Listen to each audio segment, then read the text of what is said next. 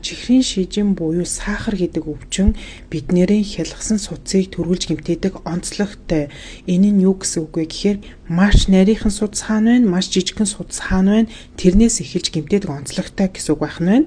Яагаад ингэдэг вэ гэхээр бид нар чихрийн шижин буюу сахараар өвдлөө. Тэгэхээр бидний цуснд сахарын хэмжээ ихсэн гэсэн үг. Сахар ихснэ гэдэг чинь бидний цус нэг үгээр хэлбэл одоо ийм зунгаарлцсан болно. Энэ зунгаарлцсан цус маань яах вэ гэхээр тэр жижигхэн судаснуудыг очоод гэмтээгээд одоо тэр жижигхэн судаснууд дээр очоод асуудал үүсгээд бөглөөд эхэлдэг гэсэн үг.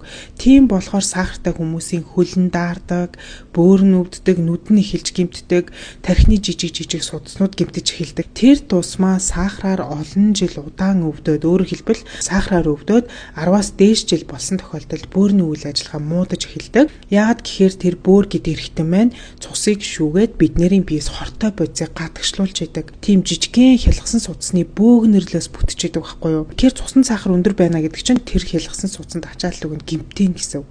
Тийм болохоор сахартай хүмүүс бөөрийн дутагдалд явандаа ордог байх нэ.